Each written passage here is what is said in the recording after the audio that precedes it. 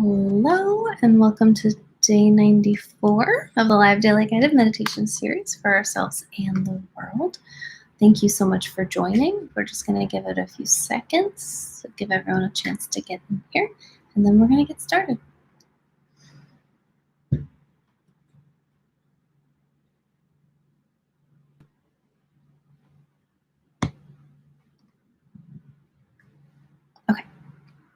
Okay, great.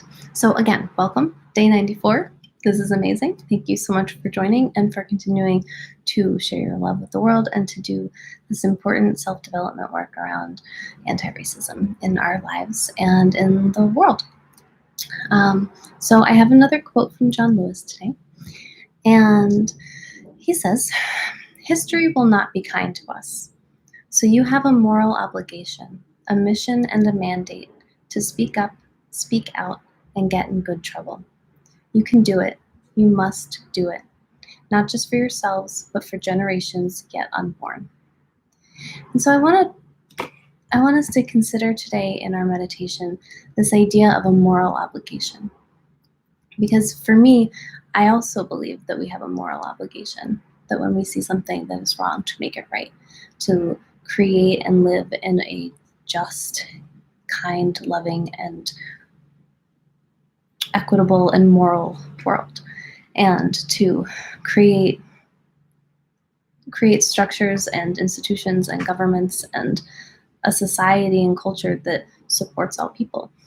And so for me, that is a moral obligation. That's a spiritual obligation. And so that plays a very large role in what I do and how I do it.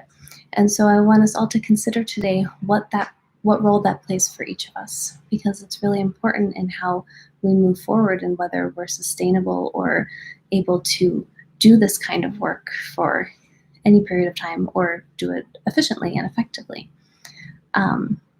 So we're going to consider that. So we'll start meditating. Oh, and the other thing is that, part of that moral obligation, of course, is doing our own inner work as well, and to getting to know our subconscious, getting to know our triggers, our wounds, our pain that might be things that are getting in the way of being able to see the picture clearly and see what's actually happening. And that's really important in anti-racism work, because we have to be able to accurately see what's happening. And if we are seeing everything through our own lens, then we're not able to see what's actually happening around us. So I'm going to keep that in mind. And hopefully that moral obligation will help us to move forward with this important work. So close your eyes and we will start breathing.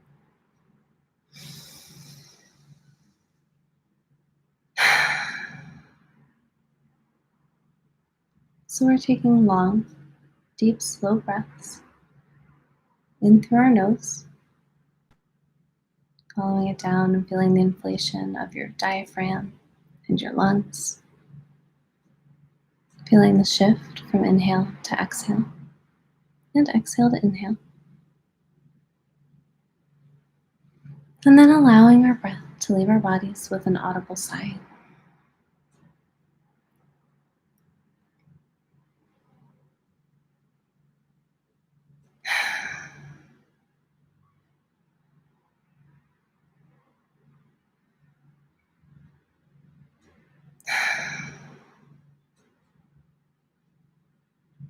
With every breath out, allowing our body to relax and to center, starting to ground ourselves into our seat,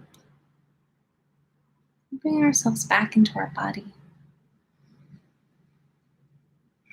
We often do so many things outside of our bodies, even though we're in our bodies all the time, but we aren't in our bodies with our awareness. So we're bringing our awareness, our conscious awareness, non-judgmentally, and with kindness, without trying to change anything, to our experience internally.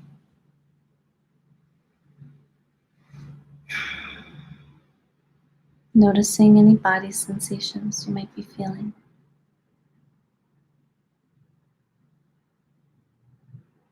Noticing if you have any thoughts on them or feelings, or if anything gets brought up for you.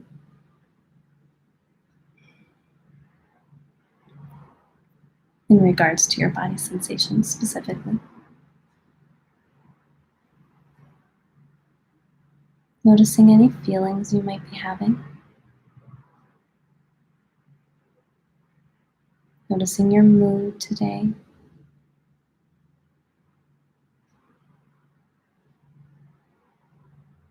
Noticing if your feelings are creating thoughts or manifesting feelings, body sensations in your body.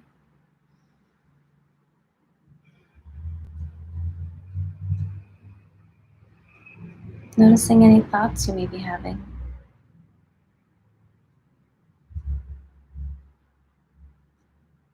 Noticing if these thoughts are creating an emotional charge.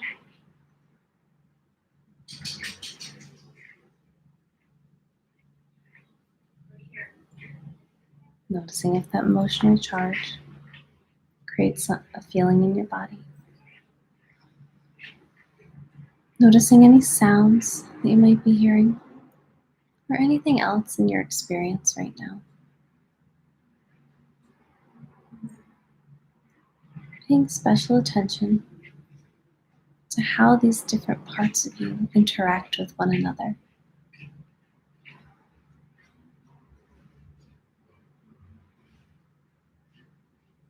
Noticing that when one thing is activated, most of our other senses are also activated, or other processes are activated.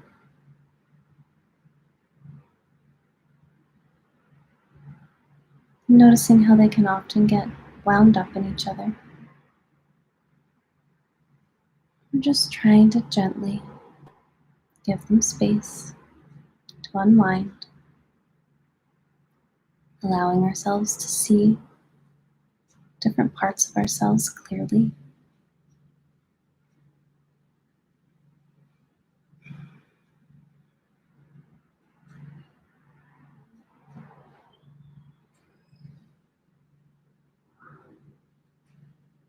And now considering how you feel about the idea of a moral obligation. What does that mean to you?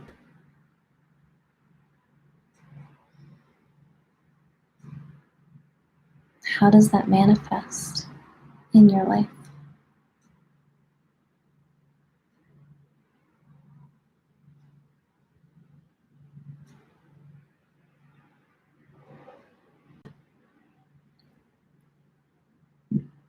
How does that manifest, and what does it mean to you with regards to racial equity and racial justice?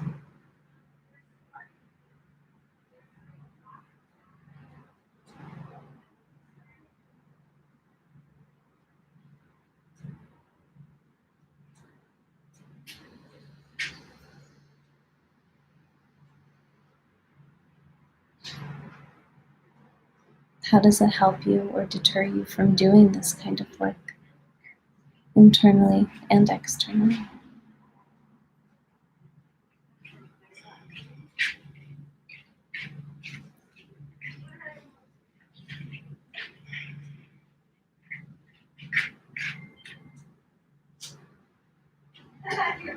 And how does it help sustain you, the idea of a moral obligation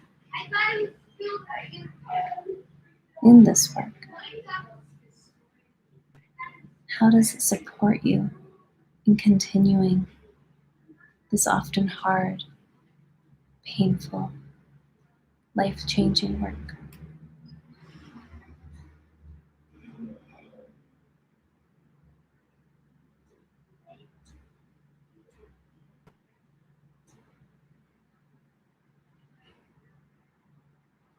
Does anything else come up for you? Any other feelings or thoughts or emotions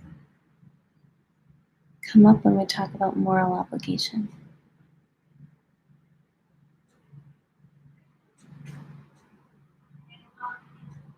Once we can identify what comes up, we're able to go deeper with ourselves, to understand why we have the reactions and the thoughts and the feelings that we do, and to start to heal those areas in our lives.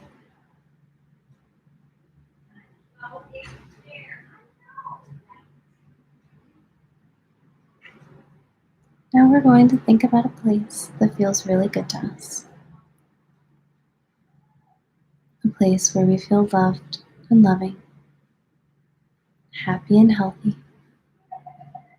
peaceful and calm,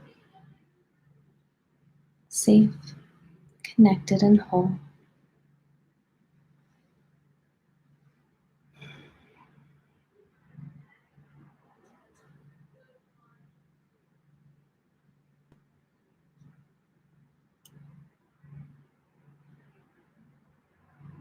And allowing those good feelings to permeate every part of us.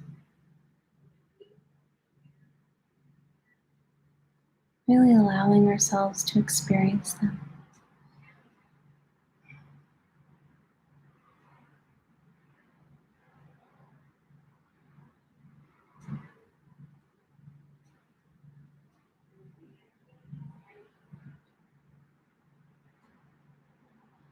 And now with every breath in, our heart rate will grow and expand easily and effortlessly,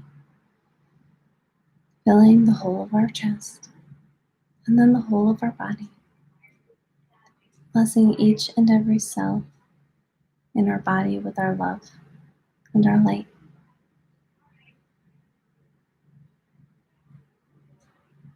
Our heart rate continues to grow, bursting out of our body into the space around us, filling our home, our place of work, or wherever we might be right now, with our love and our light.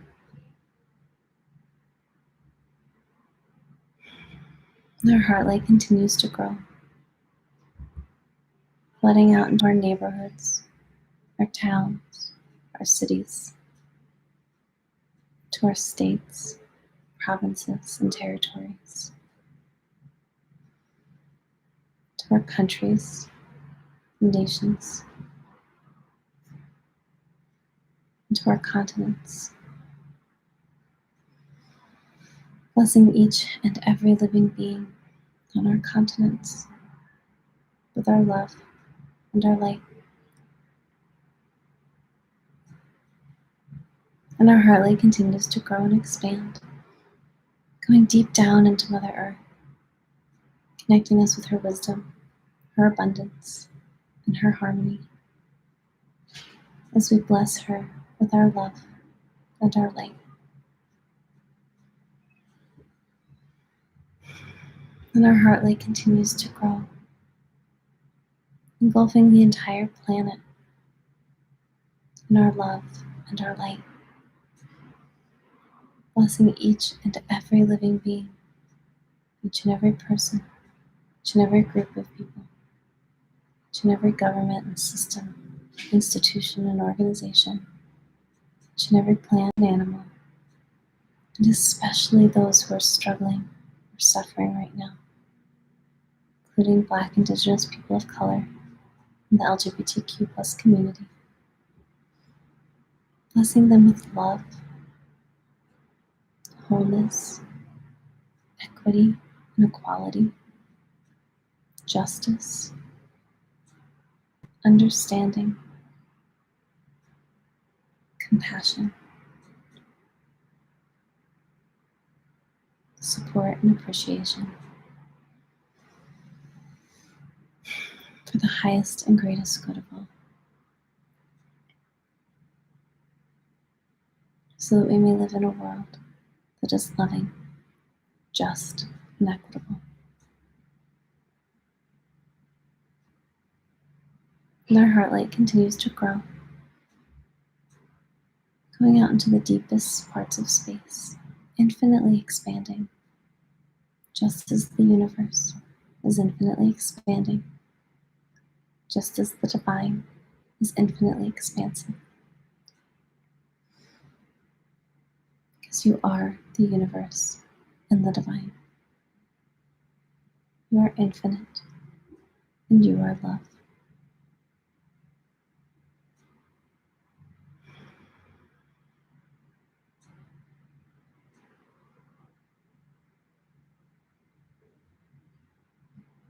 And in this expanded state of love,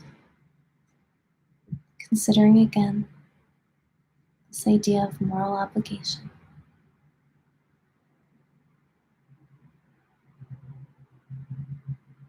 What does it mean to you?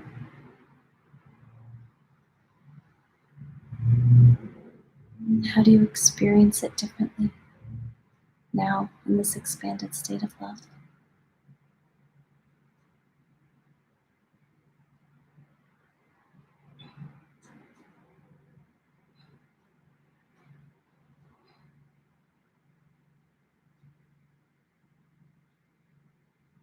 How do you manifest or don't manifest this moral obligation in your life?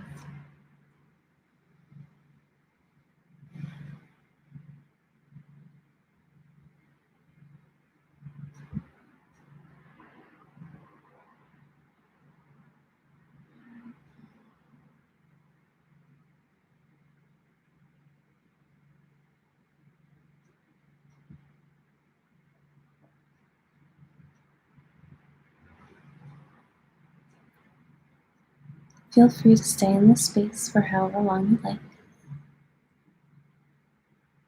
or start taking a few deep breaths and bringing yourself back into your body, into this present moment, into your seat.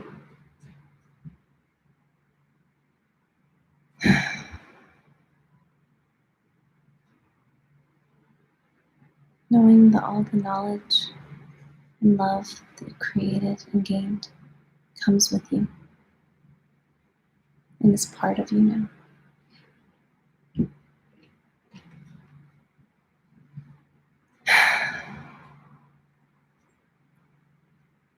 Thank you so much for joining for day 94 of the Live Daily Guided Meditation series for ourselves and the world. Thank you for continuing to share your love and for continuing to do this hard and important work so that we can create a more just and loving and equitable future and present and world for us all. Black Lives Matter, you matter, and together we are changing the world. Have a wonderful day.